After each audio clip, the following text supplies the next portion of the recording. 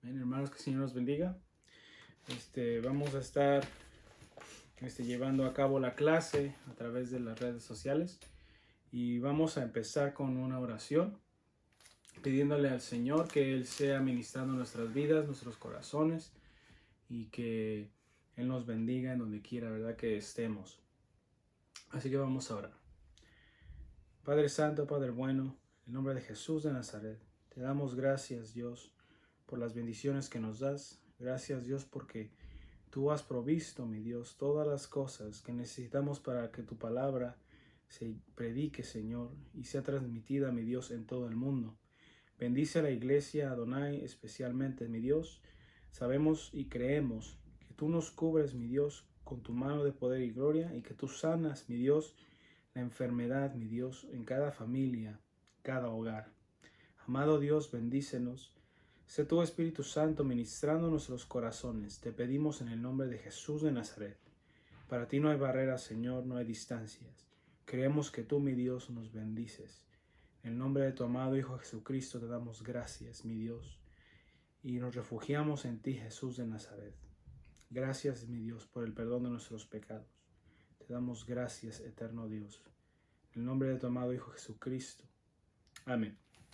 Y vamos a empezar, mis hermanos, leyendo ahí en Lamentaciones capítulo 3, versículo 22 al 26. Y dice así: por la misericordia de Jehová no hemos sido consumidos, porque nunca decayeron sus misericordias. Nuevas son cada mañana, grande es tu fidelidad. Mi porción es Jehová, dijo mi alma, por tanto en él esperaré. Bueno es Jehová a los que en él esperan, al alma que le busca. Bueno es esperar en silencio la salvación de Jehová. Y vemos que este pasaje es un pasaje muy bonito, muy interesante, muy edificante en nuestras vidas, porque habla acerca de la misericordia de Dios. Y con este pasaje, de igual manera, nosotros culminamos la clase anterior y recordamos que Dios, la presencia de Dios, la omnipresencia de Dios, se manifiesta de igual manera en un aspecto para bendecir. Porque sabemos que nuestro Dios, ¿verdad? Cada vez que nosotros nos levantamos, cada vez que nosotros abrimos nuestros ojos y miramos la naturaleza, miramos todo lo que Dios ha hecho para nosotros poder subsistir y vivir, vemos que de ahí Dios manifiesta su misericordia para nosotros. Y esa misericordia viene siendo bendición de parte de Dios. Entonces, cuando vemos lo que aquí declara la palabra, ¿verdad? Es que sus misericordias son nuevas cada mañana. Grande es tu fidelidad. ¿Por qué? Porque nuestro Dios es fiel. Nuestro Dios es verdadero. Y si Él es fiel, sus promesas, las cuales le ha dado a su iglesia, al pueblo que le busca, Él las va a cumplir. Pero de igual manera su fidelidad, de ser fiel a su propia palabra, Dios, ¿verdad? Es fiel a su palabra. Y su palabra de igual manera involucra, ¿verdad? Corrección, juicio, amén, y justicia. Pero no se nos olvidamos de la misericordia de Dios. Amén. Y es interesante este versículo, el 26, donde dice: bueno es esperar en silencio la salvación de Jehová. Vemos hoy en día el mundo, vemos que ellos están siendo afectados por los diferentes desastres naturales, por la misma enfermedad. Ahora hay un nuevo variante del COVID y vemos que la gente se alborota, la gente se empieza a preocupar, ¿verdad? Los mismos gobiernos se preocupan. Y es una preocupación porque puede afectar la estructura del gobierno, la estructura social. Pero nosotros como cristianos tenemos la responsabilidad de orar al Señor, pedirle y clamarle para que haya paz, ¿verdad? Y esa paz de igual manera se manifiesta en que Dios traiga bendición en medio de la sociedad en la cual vivimos. Y nosotros en silencio esperamos la salvación de Jehová. En silencio, ¿verdad? Clamando al Señor, esperando su respuesta, esperando que Él sea el que provea los medios y la solución a los diferentes problemas que estamos pasando, porque de igual manera, como dice la palabra del Señor, ¿verdad? Somos de este mundo, vivimos en este mundo, pero no somos de este mundo. Y eso involucra que nosotros de igual manera vivimos, experimentamos las mismas cosas que el mundo experimenta, pero nosotros no reaccionamos o no tenemos una fe, ¿verdad? Que no está fundada en otras cosas, sino que está fundada en la palabra del Señor, promesas del Señor.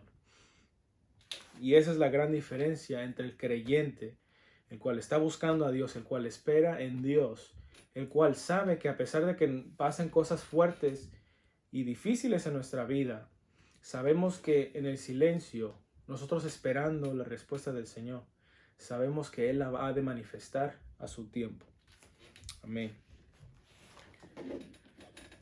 Y hablando de la presencia de Dios, ya vamos a culminar con esta serie de clases que hemos estado dando acerca de la omnipresencia de Dios.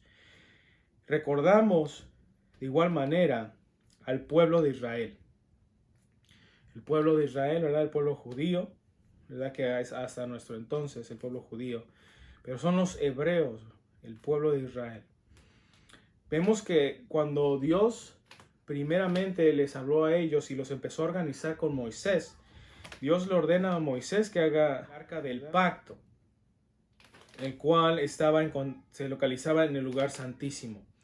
Y ese era el lugar diseñado y asignado por Dios, porque Dios le dio esas instrucciones a Moisés cuando Dios le dijo a Moisés cómo hacer el tabernáculo. Dios le dijo qué cosas tenían que ir en qué lugar. Y en el lugar santísimo era donde estaba esa arca del pacto, que era ese lugar diseñado, ¿verdad? Y asignado por Dios para Dios mismo manifestar su presencia, ¿verdad? A través de esa arca del pacto, ¿verdad? En medio de los querubines, dice la palabra del Señor, donde Dios manifestaba ahí su presencia, ¿verdad? Pero era para Dios bendecir al pueblo. Cuando venía un juicio, cuando venía calamidad al pueblo, es porque la presencia de Dios no estaba manifestándose en ese lugar. En otras palabras, ¿verdad? Como vemos a través de la Biblia, cómo se expresan, ¿verdad? Los hombres de Dios cuando viene esa calamidad, cuando vienen esas pruebas y esa corrección de parte de Dios. Ellos se expresan de esta manera, ¿verdad? Dios, ¿verdad? Dios nos ha abandonado, ¿verdad? Dando a entender y expresando que la presencia de Dios está ausente para bendecir, ¿verdad? Pero está Dios presente para ejecutar juicio. Entonces vemos cómo nosotros, como creyentes en Dios, que sabemos que cuando viene algo fuerte, nosotros sentimos que la presencia de Dios se ha ido, ¿verdad? Porque la bendición de parte de Dios no la estamos viviendo, no la estamos experimentando. Por eso nos expresamos de esa manera. Pero como vemos con el pueblo y el arca del pacto, era ahí, en ese lugar santísimo donde Dios manifestaba su favor, ¿verdad? Al pueblo de Israel. Es de igual manera en el tabernáculo, era donde el pueblo iba a sacrificar, ¿verdad? Iba a dar sus ofrendas para sacrificio, para el cubrimiento de pecados. Ese lugar, el tabernáculo, de igual manera, era un lugar donde se manifestaba el favor de Dios, la presencia de Dios para bendecir al pueblo. Amén. Y ahora, si nosotros nos hacemos una pregunta, ¿por qué viene el juicio, verdad? ¿O por qué viene la corrección en nuestras vidas? Obviamente que nosotros vamos a decir porque nosotros hemos desobedecido al Señor, hemos faltado a su palabra. Y sí, esa es la respuesta, porque somos nosotros los que nos alejamos de Dios. Somos nosotros los que, ¿verdad?, no le hacemos caso omiso a su palabra. Y vamos ahí a Juan 15:5. ¿Ya? Ahí vemos un ejemplo de cuando nos alejamos de la presencia de Dios. Juan 15:5. Juan 15:5 dice: Yo soy la vid, vosotros los pámpanos. El que permanece en mí y yo en él, éste lleva mucho fruto, porque separados de mí nada podéis hacer. Entonces, mis hermanos, vemos claramente lo que dice ese pasaje. Que nosotros, ¿verdad? Dependemos absolutamente de Dios. Nosotros fuera de Dios, fuera de su voluntad, nada más podemos hacer. Lo único que vamos a hacer es destruirnos a nosotros mismos, destruir a los demás, destruir las relaciones, ¿verdad? Que Dios ha de perfeccionar. Si nosotros nos apartamos de Dios, entonces, ¿verdad? Todo esto va, ¿verdad? Para caerse. Entonces, de igual manera, mis hermanos, Dios a veces de igual manera nos quiere enseñar algo cuando vienen pruebas, cuando vienen luchas a nuestras vidas. Un ejemplo muy grande es Job, la vida de Job. Es de que Dios es, ¿verdad?, del cual nosotros dependemos. Que no es lo mucho que tengamos, que no es, ¿verdad?, lo mucho que nosotros podamos hacer, ¿verdad?, o lo que podamos obtener, sino que nuestra dependencia absolutamente es de Dios. Y en nuestra vida, ¿verdad?, como seres humanos, la cual estamos viviendo en ahora, es muy difícil a veces separarse de las cosas, ¿verdad? Porque tenemos que reconocer que toda nuestra familia, nuestra vida misma depende de Dios.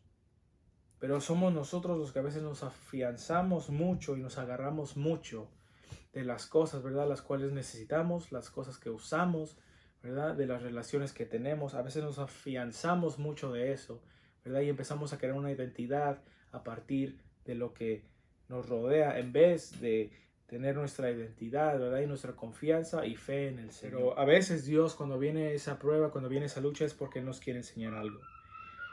También vemos, ¿verdad?, en los momentos de angustia y desesperación, ¿verdad?, ¿a quién nosotros vamos a recurrir?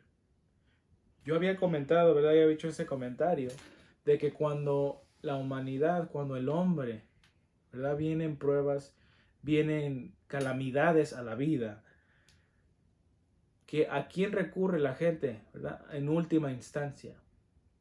A Dios. ¿Por qué es a Dios?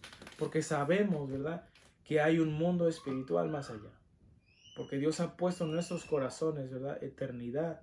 Sabemos que la vida no se acaba aquí. Entonces, ese es a veces el por qué la gente en última instancia recurre a Dios, porque sabe que no tiene nada, porque no puede confiar en otras cosas más que en el Señor, más que en Dios. Porque Dios, ¿verdad?, es el último medio, ¿verdad?, al cual a veces nosotros recurrimos, pero es el único medio, ¿verdad?, que puede arreglar nuestra situación. Amén.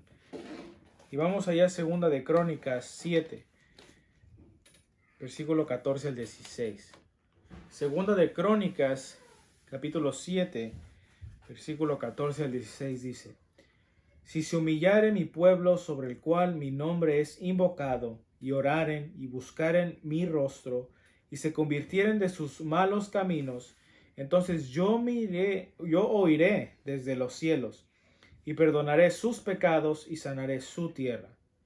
Ahora estarán abiertos mis ojos y atentos mis oídos a la oración en este lugar, porque ahora he elegido y santificado esta casa, para que esté en ella mi nombre para siempre, y mis ojos y mi corazón estarán ahí para siempre.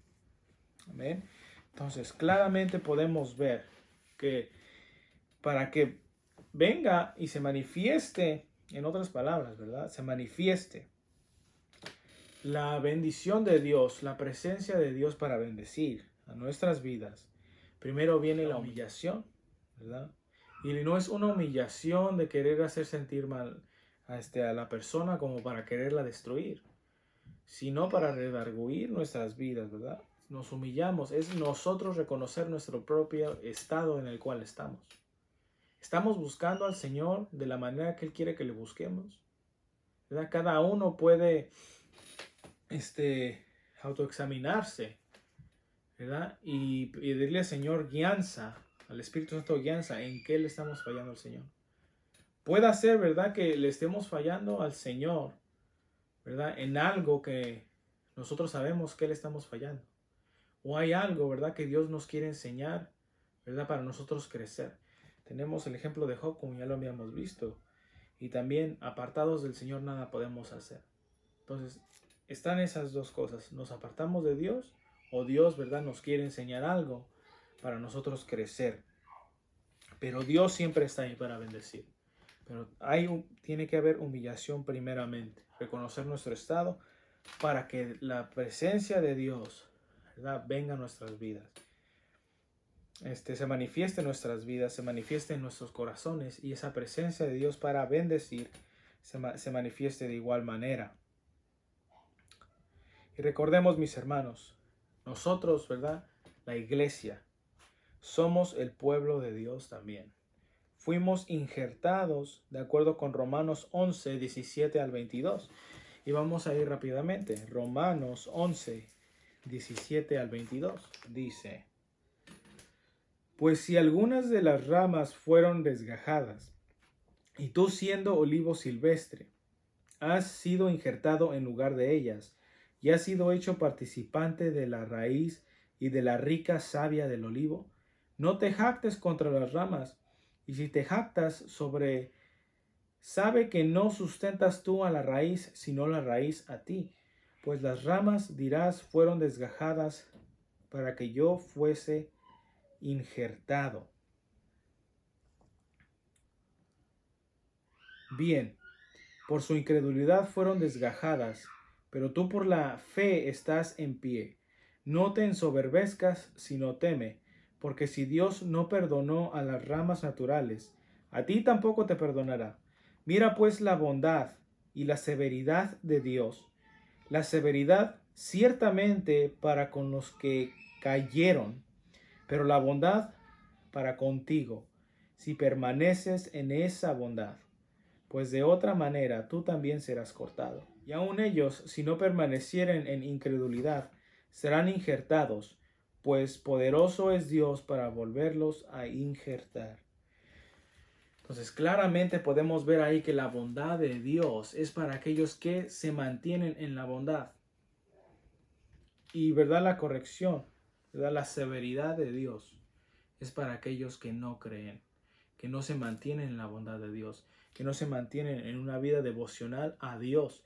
No es una vida devocional, ¿verdad?, al hombre o entre hermanos, sí, y tampoco a una iglesia, ¿verdad?, o a un grupo, sino la iglesia misma, todo el cuerpo, ¿verdad?, en devoción a Dios, ¿verdad? Porque el que trae el juicio, el que trae corrección es Dios.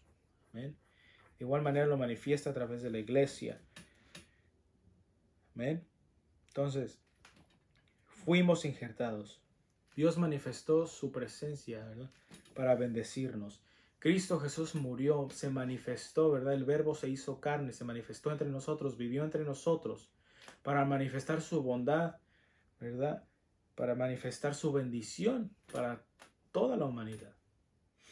Entonces vemos claramente ahí que Dios, ¿verdad?, no solamente dice que Él bendice, sino que Él lo hace. Y lo vemos, ¿verdad?, ejecutando ese plan perfecto en Cristo Jesús. Y no podemos negarlo, porque Cristo, ¿verdad?, afectó a la iglesia de tal manera que ahora nosotros, ¿verdad?, estamos predicando acerca de ese nombre que es sobre todo nombre.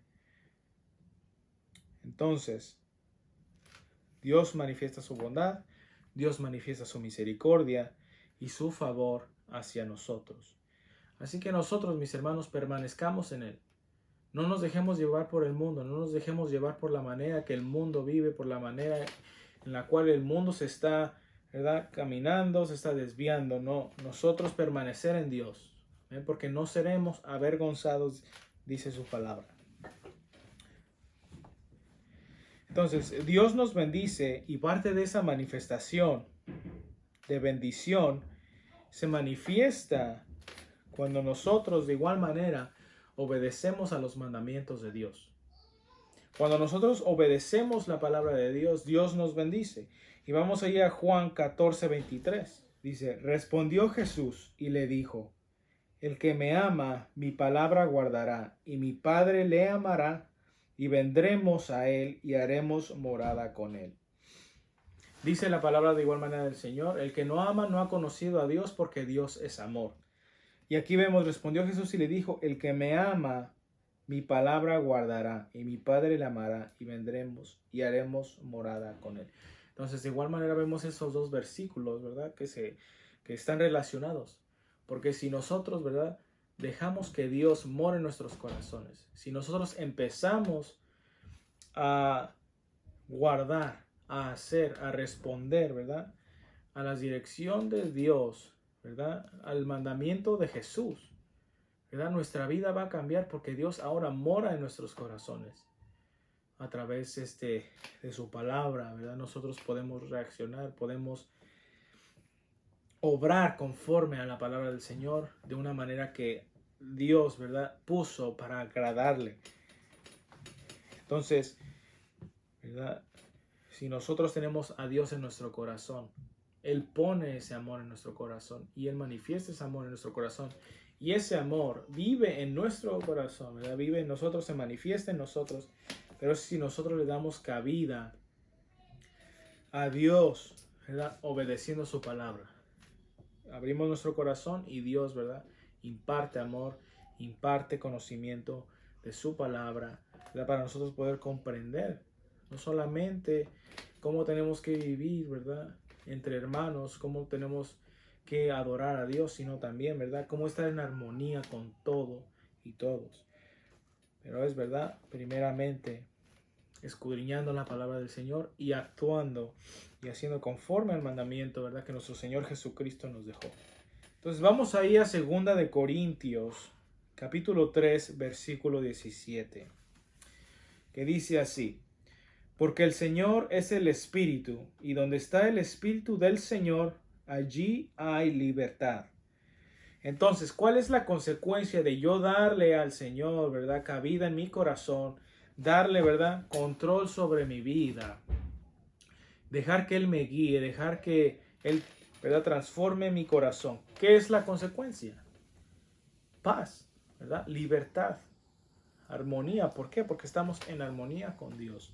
Y si nosotros sentimos esa armonía, es porque hay libertad en nuestro corazón, ¿verdad? Nos sentimos libres porque está esa armonía, ¿verdad? Esa barrera que nos dividía en Cristo Jesús fue derribada. Y cuando nosotros aceptamos a Jesús y sus mandamientos y dejamos que el Espíritu Santo nos lleve de gloria en gloria, que sea el Espíritu Santo glorificando a Jesús en nuestros corazones, en nuestra mente, entonces viene esa paz, viene ese sentimiento de libertad, ¿verdad? Que es una libertad genuina en Dios. Entonces esa es la consecuencia cuando nosotros le damos cabida al Señor en nuestro corazón. Entonces, en todas estas series que hemos estado viendo acerca de la omnipresencia de Dios, de cómo Dios se manifiesta, ¿verdad? Que Dios está presente en todo lugar y que manifiesta su presencia de diferentes maneras, en diferentes lugares, en diferentes momentos. Entonces, ¿qué hemos aprendido, mis hermanos? Que la presencia de Dios está en todo lugar. Y no solamente eso, sino que Dios, toda su persona, todo su ser, todos sus atributos están presentes en todo lugar, en todo punto del espacio, ¿verdad? Y Dios manifiesta, como dijimos, esa presencia en diferentes maneras, en diferentes lugares. En el cielo, ¿verdad? Es el lugar que Dios ha designado para Él manifestar su ser, para Él manifestar su voluntad, su palabra en el cielo. Por eso nosotros nos referimos tanto al cielo, ¿verdad? Todas las culturas se refieren, ¿verdad? Al mundo celestial, el mundo espiritual, ¿verdad? El universo, ¿verdad? La gente piensa mucho en eso, pero es porque es el lugar que Dios ha designado para manifestar, ¿verdad? Su presencia, al cual nosotros también, ¿verdad? Vamos a ir, ¿verdad? Ese cielo, vamos a darnos una vuelta, ¿verdad? Damos una visita al cielo, pero eso ya, ¿verdad? Ha de ser en el futuro. Le damos gracias a Dios porque Él está en todo lugar donde nosotros estamos, y está en todo lugar en donde todos nosotros estamos. Y con eso, ¿verdad? Nos da a entender Dios que nosotros tenemos que tener fe y confianza en Él. ¿Por qué? Porque su presencia está en todo lugar. Porque su presencia me cuida, porque su presencia me protege, porque su presencia trae paz y trae seguridad a mi corazón. Entonces no nos olvidemos, mis hermanos, que Dios es omnipotente. Amén. Y ahora vamos a dar una introducción acerca de la unidad de Dios, ¿verdad? ¿Qué nos referimos a la unidad de Dios? Que Dios no está dividido en partes. Entonces, nos podemos preguntar, mis hermanos, ¿por qué la necesidad de entender la unidad de Dios? ¿Por qué es necesario que nosotros aprendamos y sepamos acerca de esto? Nosotros vemos a través de la Escritura, ¿verdad?, que se hace referencia y se habla de los atributos de Dios. Y es de suma importancia, mis hermanos, saber que cuando la Biblia hace mención y habla de esos atributos de Dios, nunca destaca algún atributo de Dios como mayor a otros atributos de Dios, ¿verdad? El problema está en nosotros. El problema está en cómo nosotros, ¿verdad?, leemos la palabra a veces también. Porque nosotros como seres humanos sí tendemos a categorizar ciertas cosas. Y ha pasado y hemos visto que de igual manera hay muchas personas que categorizan los atributos de Dios. O sea, lo ponen en niveles, que un atributo de Dios es mayor que el otro atributo de Dios. Mientras que la Biblia nunca lo ha proyectado o nos ha dejado, ¿verdad?, saber que un atributo es mayor que otro, ¿verdad?, de los atributos de Dios. Somos nosotros, ¿verdad?, los seres humanos, los que lo ponemos en niveles. Yo me acuerdo de un ejemplo que mi hermano me dio, mi hermano Esdras. Él tiene un amigo y su amigo tiene su novia. Y un día mi hermano le estaba diciendo o le estaba explicando a su amigo de cómo Dios es, ¿verdad?, cómo Dios corrige a veces las cosas, cómo Dios deja que acontezcan ciertas cosas para traer corrección, ¿verdad?, a las situaciones que están yendo mal. Y la novia del amigo de mi hermano, lo que ella dijo fue lo siguiente. Dice: yo no creo que mi Dios, ¿verdad?, obre de esa manera. Mientras que mi hermano le estaba dando, ¿verdad?, bases bíblicas a su amigo de cómo es que Dios, ¿verdad?, obra de esa manera a veces. Y es ahí donde nosotros caemos a veces en el problema. Pensamos que el amor de Dios se extiende tanto, ¿verdad?, que no tiene límites. Pero sabemos que Dios, de igual manera, como decimos que es amor, también recordemos que es fuego consumidor. Él es un Dios celoso, de igual manera. Entonces sí hay límites a su amor. Y no es que sean límites, sino que hay límites, ¿verdad?, que Dios tiene para no dejar que el pecado abunde, ¿verdad?, y destruya en medio de las vidas. Entonces, tenemos ese ejemplo de los que se enfatizan en ese atributo de Dios de el amor. Y lo hacen, ¿verdad?, un atributo muy hasta arriba, que se olvidan que nuestro Dios también es justicia, es juicio y es equidad. Entonces, de igual manera, tenemos el otro extremo, que es los que se les llama, ¿verdad?, rajatablas, los famosos rajatabla, ¿verdad? Y esa palabra rajatabla caracteriza o describe un carácter estricto que no se aparta de lo previsto. Básicamente que así como se les enseñó a esas personas, ellos así al pie de la letra, como se les enseñó, de igual manera actúan y hacen las cosas como se les enseñó, así las hacen. Como se les enseña, así las hacen, así se guían y así se comportan. Y muchas de esas personas son estrictas a veces culturalmente, como de igual manera tienen una actitud como religiosa, que a veces no va conforme a la ética y no va al carácter, ¿verdad?, cristiano, como lo revela la palabra, ¿verdad? Y como lo relata Marcos, capítulo 7, versículos 6 al 13, vamos a ir rápidamente. Dice así: respondiendo él, ¿verdad?, Jesús, les dijo: hipócritas, bien profetizó de vosotros Isaías, como está escrito: Este pueblo de labios me honra, mas su corazón está lejos de mí, pues en vano me honran, enseñando como doctrinas mandamientos de hombres. Porque dejando el mandamiento de Dios, os aferráis a la tradición de los hombres, los lavamientos de los jarros y de los vasos de beber, y hacéis otras muchas cosas semejantes. Les decía también, bien invalidáis el mandamiento de Dios para guardar vuestra tradición. Porque Moisés dijo, honra a tu padre y a tu madre, y el que maldiga al padre o a la madre, muera irreprensiblemente. Pero vosotros decís, basta que diga un hombre al padre o a la madre. Es corbán, que quiere decir mi ofrenda a Dios, todo aquello con que pudiera ayudarte. Y no le dejáis hacer más por su padre o por su madre, invalidando la palabra de Dios con vuestra tradición que habéis transmitido, y muchas cosas hacéis semejantes a estas. Entonces vemos que de igual manera existe, mis hermanos, la religiosidad aún en medio de la iglesia. Muchas personas, ¿verdad?, se van por mandamientos que no necesariamente son de la palabra del Señor, sino que son culturalmente cosas que se han adaptado a través de los años, ¿verdad?, y que se siguen practicando y que se siguen creyendo de esa manera. Pero nosotros no nos tenemos que olvidar de que la misericordia y el amor y la justicia, ¿verdad?, y la ira de Dios, ¿verdad?, están en una balanza, ¿verdad? No irnos a ninguno de los extremos. Si hay que tomar corrección, hay que tomar corrección.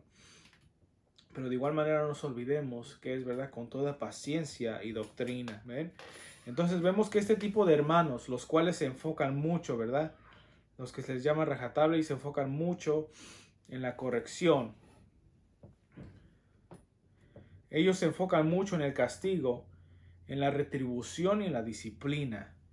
Y como vemos, se olvidan del amor, se olvidan de la misericordia, se olvidan de la gracia y de la benignidad de Dios. Entonces tenemos un ejemplo en contra de esta actitud en Mateo 7, 1 al 6. Dice, no juzguéis para que no seáis juzgados, porque con el juicio con que juzgáis seréis juzgados, y con la medida con que medís os será medido.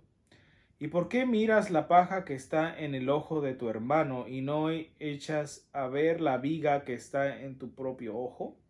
¿O cómo dirás a tu hermano, déjame sacar la paja de tu ojo y aquí la viga en el ojo tuyo?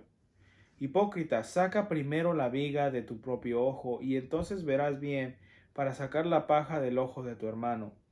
No deis lo santo a los perros, ni echéis vuestras perlas delante de los cerdos, no sea que las pisoteen y se vuelvan y os despedacen. Claramente vemos ahí que nosotros no tenemos que juzgar, sino a nosotros mismos primero. ¿Cómo nosotros estamos delante de la presencia de Dios? ¿Verdad? ¿Estamos desunidos de Dios o vamos a unirnos, ¿verdad? Ser uno con el Señor en Cristo Jesús. Y con esto, mis hermanos, no estamos enseñando, ¿verdad?, que no haya corrección, como les decía hace un momento, ¿verdad? Cuando tiene que haber corrección, ¿verdad? Que no haya corrección, no estamos enseñando eso, sino que hay un método bíblico, ¿verdad?, de cómo nosotros lidiar, ¿verdad?, con diferentes situaciones, cómo corregir, ¿verdad?, las cosas, ¿verdad?, en diferentes situaciones. Dios tiene la respuesta, pero es de nosotros buscar la presencia de Dios, escudriñar su palabra para poder saber cómo Dios, ¿verdad?, cómo esa unidad de Dios trabaja y es. Y para la clase que viene, mis hermanos, vamos a estar expandiendo más y más acerca de la unidad de Dios, que es necesaria para nosotros poder tener un balance, ¿verdad?, y una vida saludable, espiritualmente hablando, en Dios. Y hasta aquí esta parte, y que el Señor nos continúe bendiciendo. Y oremos para que sea el Espíritu Santo que nos siga guiando, para nosotros tener una mayor comprensión de quién es nuestro Dios. Oremos. Padre Santo, Padre bueno, gracias te damos por esta noche, mi Dios, por este tiempo, mi Dios, el cual tú has provisto para Danos a entender, mi Dios, que tú, mi Dios, no eres ningún ser separado, que no estás en parte, sino que eres unido, mi Dios, y que en ti hay perfección, mi Dios, para todas las cosas, mi Dios, porque tú eres perfecto. Tú, mi Dios, lo eres todo, mi Dios. Te damos gracias en el nombre de Jesús de Nazaret. Gracias por manifestar, mi Dios, tu unidad. Gracias por manifestar tu omnipresencia. Gracias, mi Dios, por todos esos atributos, mi Dios, que tú nos dejas ver a través de tu palabra, que nos dejan ver que tú eres el Dios único y verdadero, mi Dios, y que no hay, ¿verdad?, algo que te falte, porque tú eres completo, eres perfecto. Bendícenos, Espíritu Santo de Dios. Ayúdanos a crecer en ti. Te pedimos en el nombre de tu amado Hijo Jesucristo. Amén.